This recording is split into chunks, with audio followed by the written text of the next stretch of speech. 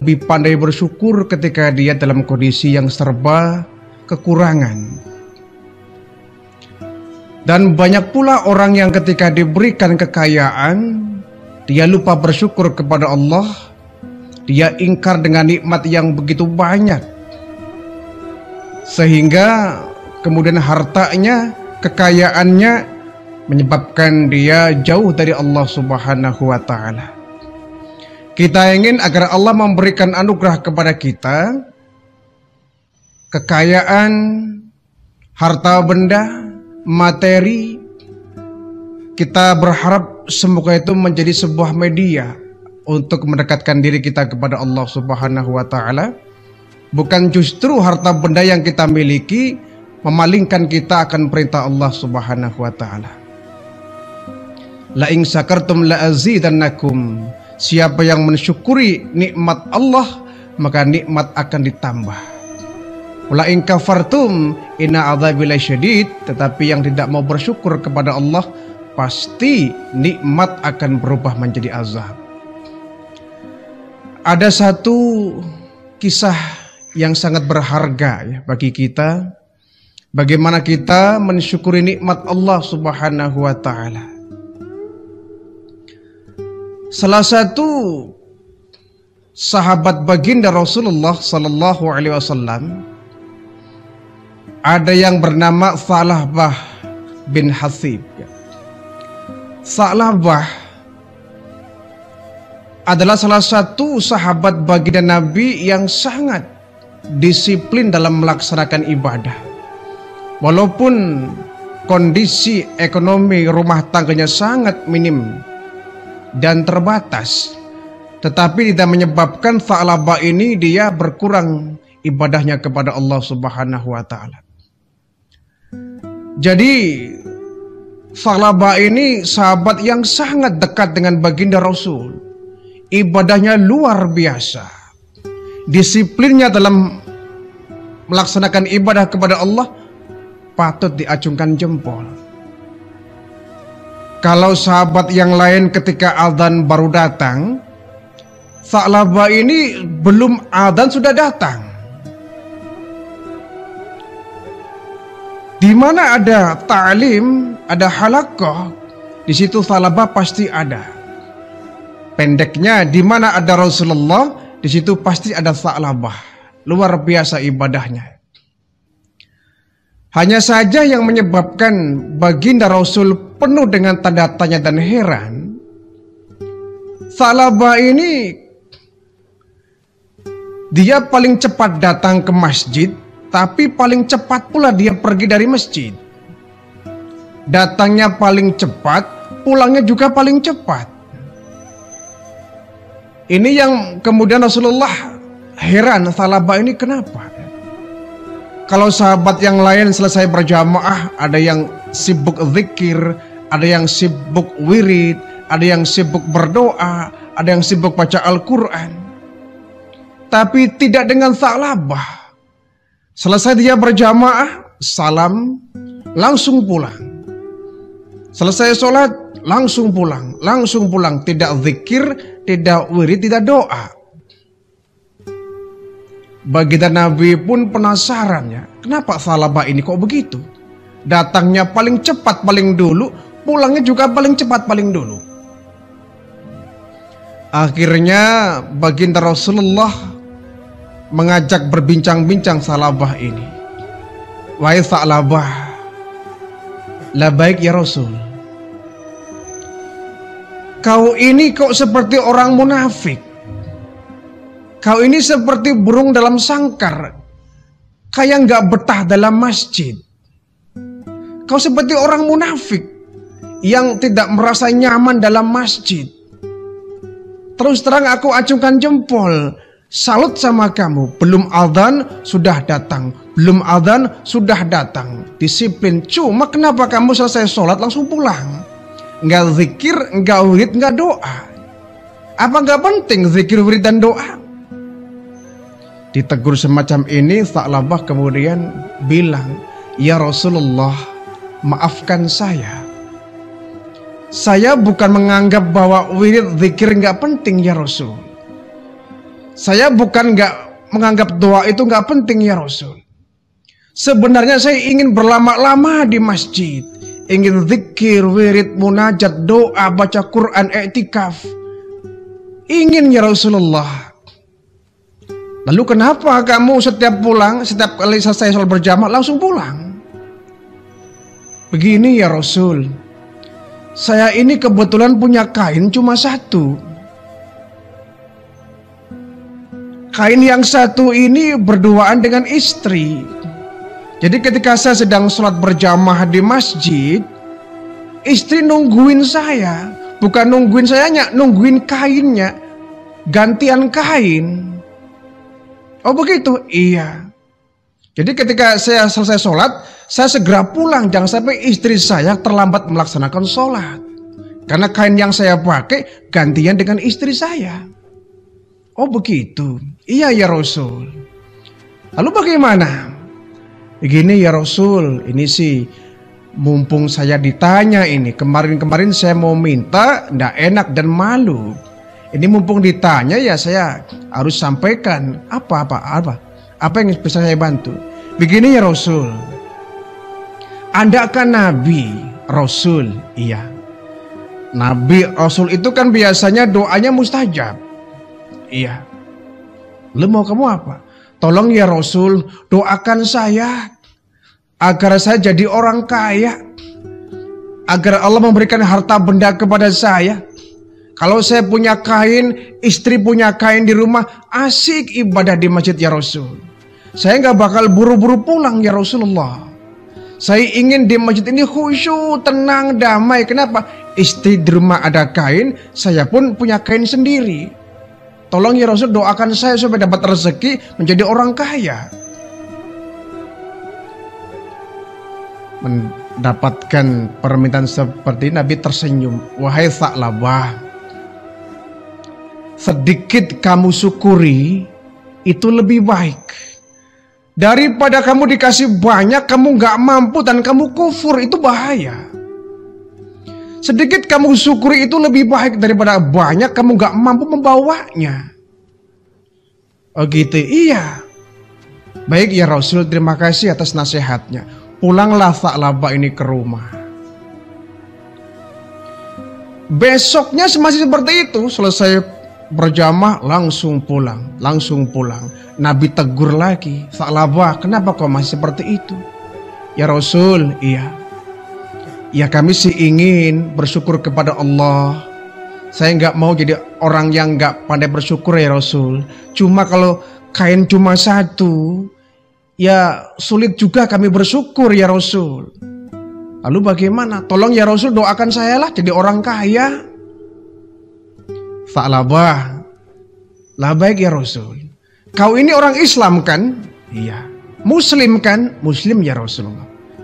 Saya mau nanya, kalau seorang muslim itu yang jadi patokan pedoman siapa? Yang jadi contoh siapa? Engkau wahai Rasulullah. Saya? Iya. Yakin? Yakin ya Rasul. Engkau uswatun hasanah. Engkaulah contoh teladan buat kami. Baik Tha'labah. Sekarang kau lihat aku orang kaya atau orang miskin?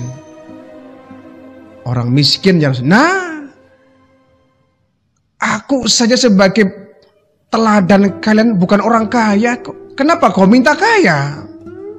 Sana pulang. Baik ya Rasulullah, terima kasih sudah diingatkan. Pulanglah Tha'labah ini. Besoknya Tha'labah nekat itu. Nggak ditanya dia ngomong, ya Rasulullah, gini mah Tha'labah, kalau engkau mendoakan saya menjadi orang kaya ya Rasul, aku punya harta benda yang banyak. Aku janji ya Rasul akan semakin soleh. Saya akan banyak bersedekah. Saya akan banyak memberikan hak-hak orang miskin, yatim piatu, semua kaum duafa akan saya kasih rezeki mereka. Akan saya bagi-bagi rezeki ya Rasul. Pokoknya kalau saya jadi orang kaya, saya pasti akan menjadi orang yang soleh. Tolong ya doakan saya ya Rasul. Doakan saya ya Rasul. Nabi sedikit tergoda ya dengan janji Tha'labah ini. Tha'labah, la baik ya Rasul. Kau Benar apa tidak ucapannya? Benar ya Rasul, saya berjanji. Kalau kau doakan saya menjadi orang kaya, dan aku menjadi orang yang kaya, banyak harta bendanya, saya akan menjadi orang yang dermawan ya Rasul. Semua kaum duafa akan saya kasih mereka sedekah-sedekahnya. Janji ya? Janji ya Rasul. Baik, kalau begitu saya baiat. Dibaiat oleh baginda Rasulullah, kemudian didoakan oleh baginda Rasul, Allahumma rzuq Sa'labah. Ya Allah, berikan rezeki kepada Sa'labah ini. Setelah didoakan, ketika pulang, Sa'labah dikasih hadiah oleh baginda Rasulullah berupa kambing betina yang sedang bunting, ya, sedang hamil. Sa'labah, ini saya kasih modal, kasih hadiah berupa kambing betina sedang bunting dia. Bawa pulang ini kambing, kau pelihara ya.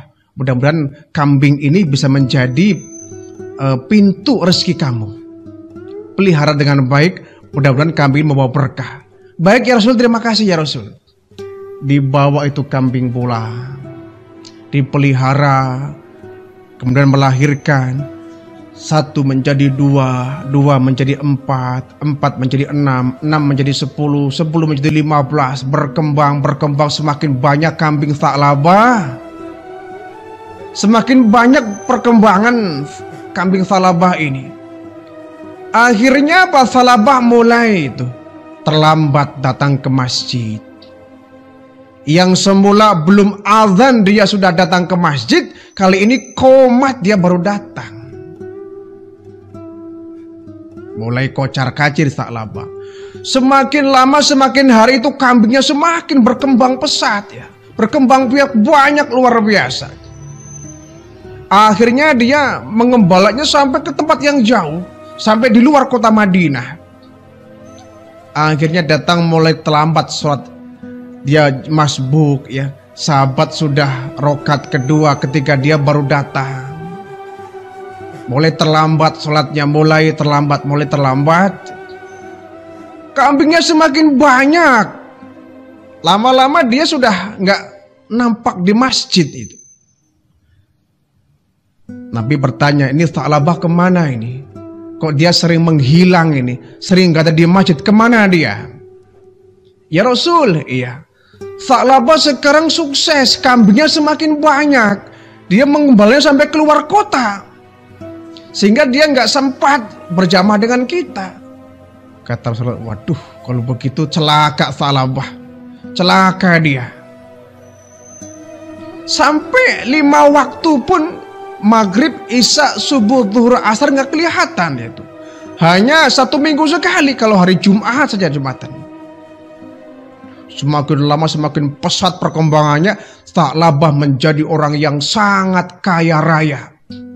Kambingnya sudah tidak terhitung lagi jumlahnya, ribuan ekor.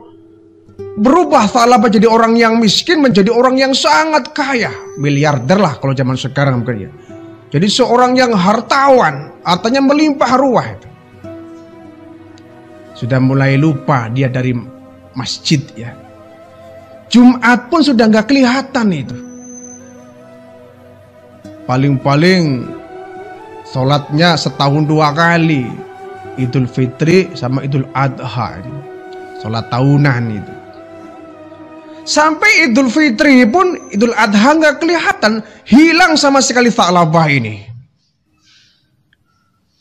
Semakin kaya, semakin sukses, semakin maju usahanya, harta bendanya melimpah ruah, lupalah dia dengan janjinya. Nah, satu hari ketika datang waktunya di mana umat muslim ini harus bayar zakat, akhirnya baginda Nabi mengutus salah seorang sahabat, kamu datang ke Sa'labah, dia kan sekarang jadi orang kaya kan, kambingnya banyak, minta zakat darinya. Baik ya Rasulullah. Datanglah ini utusan dari baginda Rasul menemui Sa'labah. Sa'labah, ada apa kamu? Ya, saya kesini atas permintaan Rasulullah. Mau apa? mau minta kewajibanmu berzakat. Zakat? Iya. Cuma gitu aja kamu ke sini? Iya. Udah gampang, nanti saya ke sana. Kamu nggak usah ngambil zakat, biar saya yang bayar sendiri. Saya akan menghadap kepada Rasulullah. Baik, Tha'labah. Pulanglah itu utusan ya. Pulang ini utusan menghadap ke Rasulullah. Ya Rasulullah, bagaimana? Iya, udah saya sampaikan pesanmu untuk bayar zakat ke Tha'labah ini. Cuma dia bilang, udah gampang, nanti saya yang akan datang langsung di hadapan Rasulullah. Baik kalau begitu, ditunggu oleh baginda Rasul. 1 hari, 2 hari, 3 hari, enggak juga muncul. Datang lagi nih utusan menemui Tha'labah. Tha'labah, katanya kau datang mau menemui baginda Rasulullah untuk bayar zakat. Mana janjimu? Iya, tenang, saya nggak bakal lupa kok. Saya pasti akan datang menghadap baginda Nabi. Kau nggak usah bawel, nggak usah bolak-balik ke sini. Nanti saya ada waktu kesempatan, ada luang, saya akan menghadap baginda Rasul untuk bayar zakat. Baik, pulang lagi ini utusannya. Sampai 3 kali pun tetap menolak. Tetapi Tha'labah ini ditunggu sampai beberapa hari, nggak muncul juga di hadapan baginda Rasulullah. Akhirnya turunlah teguran dari Allah, turun wahyu At-Taubah ayat 75-76. Wa minhum man ahadallahu la in atana min fadlihi. Di antara mereka ada yang berjanji kepada Allah bahwa ketika Allah akan memberikan anugerah kepadanya, dia akan memberikan sedekahnya kepada fakir miskin. Dia akan berjanji memberikan sedekah. Walakunna minas shalihin, dan juga berjanji akan menjadi orang yang saleh. Falamma atahum min fadlihi, ketika Allah memberikan apa yang mereka minta, Allah berikan anugerah, bakhilu bihi, mereka menjadi orang yang bakhil. Wa tawallaw wa hum mu'ridun, dia sangat ingkar dan membangkang akan kebenaran. Ketika turun wahyu, disampaikanlah kepada Tha'labah. Tha'labah, barusan turun wahyu, bunyinya begini. Ini kayaknya wahyu ini nyinggung kamu. Di antara mereka ada yang berjanji kepada Allah bahwa mereka kelak ketika Allah memberikan anugerah akan menjadi orang yang saleh, akan menjadi orang yang ahli sedekah. Tapi ketika Allah mengabulkan doa itu, mereka menjadi orang yang berharta, menjadi orang yang kaya. Bakhilu bihi, mereka menjadi orang yang bakhil. Ini kayaknya menyinggung kamu, Tha'labah.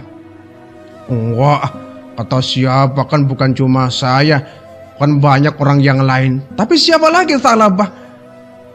Yang digambarkan dalam wahyu ini tepat betul dengan kondisi sifat kamu kok.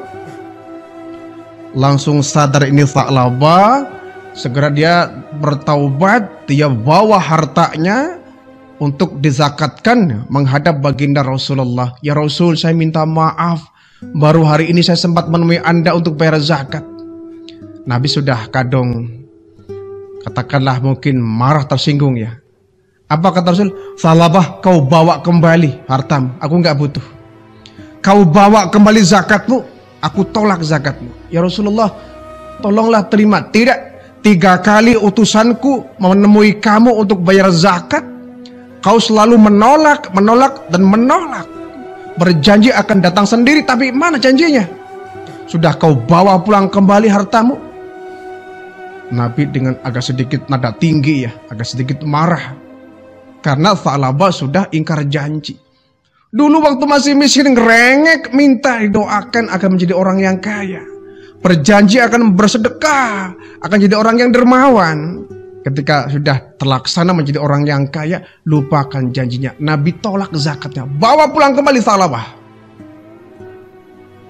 Akhirnya sampai baginda Rasulullah wafat ya. Singkat cerita, baginda Rasul wafat. Kemudian ada pergantian kepemimpinan dari baginda Rasul oleh Abu Bakar Siddiq. Di zaman Abu Bakar Siddiq, Tha'labah pun kembali bawa zakatnya. Wahai Abu Bakar, terimalah zakat ini. Kata Abu Bakar, nggak mau saya. Kok nggak mau? Lawang Rasulullah aja menolak kok. Baginda Rasul menolak. Mana mungkin saya bisa menerima apa yang ditolak oleh baginda Rasulullah. Dibawa pulang kembali itu zakatnya. Singkat cerita, Abu Bakar meninggal dunia, diganti oleh Umar bin Khattab. Kembali ini Tha'labah membawa zakatnya. Wahai Umar bin Khattab, tolonglah terima zakat saya. Enggak, saya nggak mau nerima, maaf saja. Bawa kembali nih harta kamu. Kenapa? Mana mungkin saya nerima zakat kamu sementara Rasulullah, Abu Bakar Siddiq, mereka orang-orang yang hebat, orang yang dekat dengan Allah pun menolak zakat kamu.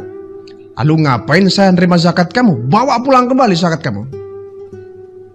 Nah, akhirnya mulailah kebangkrutan dialami oleh Tha'labah sampai puncaknya pada pemimpinan Utsman bin Affan. Tha'labah betul-betul dikembalikan oleh Allah dalam kondisi dia orang miskin kembali. Ini patut menjadi sebuah iktibar bagi kita, bahwa ketika kita menjadi orang yang orang yang fakir, orang yang miskin, kita menjadi hamba Allah.